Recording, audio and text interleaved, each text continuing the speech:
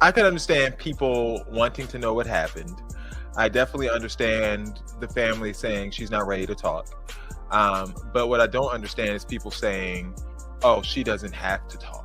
Like, I mean, there was a big circumstance that happened. I feel like for public safety, we need to know what happened so that, we can avoid such things happening to us or our loved ones in the future, right? Yeah, and also there was a child involved, and it's like she fought for Allegedly, her life. but yeah. Yeah, and they're like she fought for her life to be freed, and then it's like, well, what happened to this child that was allegedly involved in this situation? Like, it's just so many unanswered questions. 1 day later, detectives continue analyzing data from Carlee's cell phone that was left behind at the scene. We enlisted the help of the United States Secret Service in conducting this analysis. On July 11th, 7:30 a.m., the term "you have to pay for an Amber Alert" was searched. On July 13th, the day of her disappearance, the term "how to take money from a register without being caught" was searched. The term "Birmingham bus station" was searched. 2:35 a.m., a search for a one-way bus ticket from Birmingham to Nashville was conducted with a departure date of July 13th. At 12:10 p.m., a search for the movie Taken, a film about abduction, was conducted. There were 2 searches related to Amber Alerts on a computer at Carlee's place of employment, including one regarding the maximum age of an Amber Alert.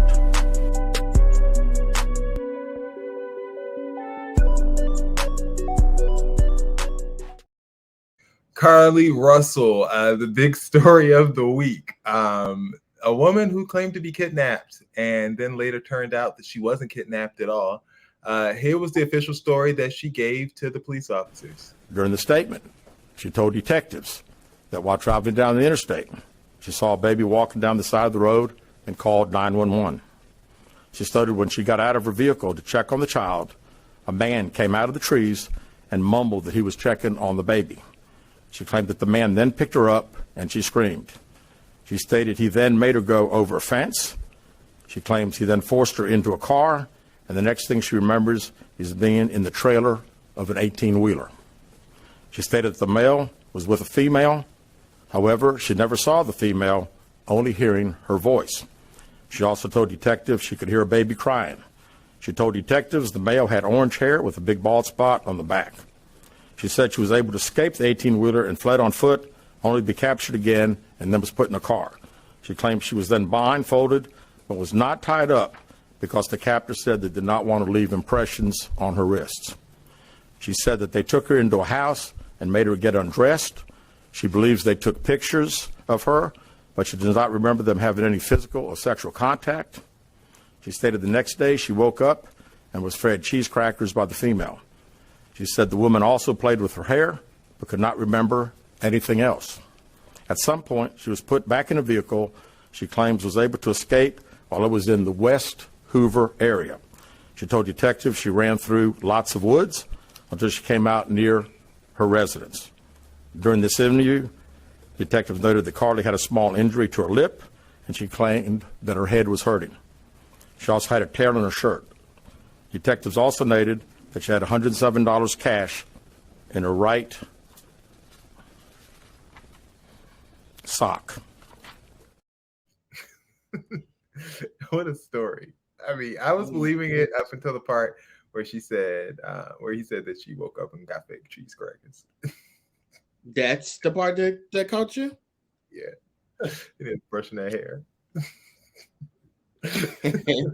Talking about some other details. Carlee left work at her job at the Summit Massage Parlor. Surveillance video showed that she concealed a dark-colored bathrobe, a roll of toilet paper, and other items belonging to the business prior to her departure. She then ordered food from Taziki's, spicy, at the Colonnade, and after picking that up, she went to Target where she purchased granola bars, Cheez-Its, and a drink. My favorite parts of this whole story. My favorite parts of this whole story comes in the second revelation that says the food she ordered from Taziki's was still in the car when she left. The items she purchased from Target, as well as the items taken from her place of employment, were not in the vehicle, and they were not located at the scene. So she took some snacks on her with that trip. Thought nobody was going to know. So stupid. it was officially ruled a couple of days ago at another press conference that Carlee's attorney has thrown in the There towel. was no kidnapping on Thursday, July 13th, 2023. My client did not see a baby on the side of the road. My client did not leave the Hoover area when she was identified as a missing person. My client did not have any help in this incident, but this was a single act done by herself. My client was not with anyone or at any hotel with anyone from the time she was missing. My client apologizes for her actions to this community, the volunteers who were searching for her, to the Hoover Police Department and other agencies as well, as to her friends and family. We ask for your prayers for Carlee as she addresses her issues and attempts to move forward, understanding that she made a mistake in this matter. Carlee, again, ask for your forgiveness and prayers. Yeah, it's going to be a lot of forgiveness and a lot of prayers. Her ex-boyfriend also posting the following, that Carlee's actions created hurt, confusion, and dishonesty. She was made after coming to the defense. He was made aware of the revelation after coming to the defense of Carlee. Myself and my family's nature was to react in love and genuine concern. We are disgusted about the outcome of this entire situation. I feel exactly like you all, blindsided with Carlee's actions. There's still an ongoing investigation, but with all the recent information and her confession, we now gain closure with this situation.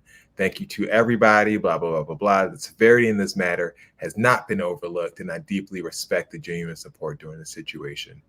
With love, Thomar. So his ex, he noted ex boyfriend of Carlee Russell. So that's bringing suspicion about what happened. But nevertheless, guys, which was worse, Jussie Smollett or Carlee Russell? And is this up for a Stunt of the Year nomination at the Bros Hawk Award end of years? Definitely up for Stunt of the Year. Jussie's still worse because Jussie is still currently maintaining his innocence. I'm like 15% still believe in Jussie Smollett. See, and he's 15%. still maintaining his innocence. 15, yeah, 15. You think that's high, Ty? Very. Too high. Oh, that 0% happened. Like, there's no need to maintain 15%. It didn't happen. With the Carlee Russell stuff, though, what do you guys think about the people on social media that are saying, like, I'm not apologizing for believing her and I'm still going to protect Black women regardless? Like, what do you think about those kind of comments? I don't think there's anything wrong with that. I mean, I feel like rhetoric, actually. I think those comments. I think those comments are extremely irresponsible because, like, at the end of the day, like, people are only making statements like that because you went so hard defending this situation, and it's okay to say, like, she messed up, like her. And saying, like, she messed up does not take away from other Black women. This takes away from her specifically. And it's like, what's more important to you, protecting Black women or protecting your own image? Because you could easily, if this was me in the situation, I'm like, oh, I believe her, this, that, and the third, and it came out that she was lying, I'd be like, oh, she's a lie. I'd be just like Thomas or whatever his name was. I'd be like, oh, she is a liar. She lied, and I'm glad that this situation's over, whatever. I don't know. I still feel like there's more to this situation. Women. Sorry, go ahead, Dave. No, I just said that's a weird thing. There is one more thing I do think is a little weird in this situation. I do think that this was a setup by the police department or somebody down there, because, like, this is a Black woman in Alabama that goes missing. Like, how do we know about that in Philadelphia and California? Like, social media is powerful, but it ain't that powerful. I really think this story was put out there. Yes, I want to believe that it is. I want to believe that this Jason, just think about it. People go missing every single day. There are people that in Philadelphia that go missing that you don't even know about. There are big stories in Philadelphia that you don't even get, that don't even cross your But time. it's the noise being made by the people close to them. Yes, I'm sure it is. I'm sure the noise is being made. That she's saying there's a missing baby or some baby, and she, like, gets out to figure out what's going on with the baby and then disappears. But you think that's never happened before? No, I don't think so. Has it? They do that on Law and Order all the time. I know. I just find it. I just think Law and Order. Hold on. You can't just act like Law and Order is the news. Like, okay, well, they do it on Law and Order. So, like, obviously, it's not something that's just made up. Like, people use children. It's made up, but, like, don't act like it's actually happened. Like, that's. Don't act like this actually happened. Well, you don't have a report of it actually happening. Like you have a Law and Order theory that could. But that's what I'm saying, though. That's what I'm saying. There are crazy situations that happen literally every single day, and they don't get national coverage like this. And for this to get that national coverage, and then like literally like 2 days later, we figure out it was a lie. I feel like this was a setup. You think the media is in on this? Yes, I do. That is insane. Like you're sick. You're sick. I do. Honestly, I still think there's more to this story that we're going to know. Yeah, I think so too. You know, I mean, we're never going to know why she did it. You know, she had a psychotic episode. That's what I think she had. And I mean, that could be a possibility. And that's also not, you know, something to keep bullying someone over. But the fact of the matter is, she did lie, and she got caught lying, and she's admitted that she's lied. So people won't get these jokes off. You're just gonna have to sit back and deal with it. I'm sorry. Yeah, I think it's I'm just not going to touch the situation because I feel like it's a big mental health thing, and that's why I'm not going to be like making fun of her or calling her a liar, because in her reality, this may have actually been happening. No, it's no people.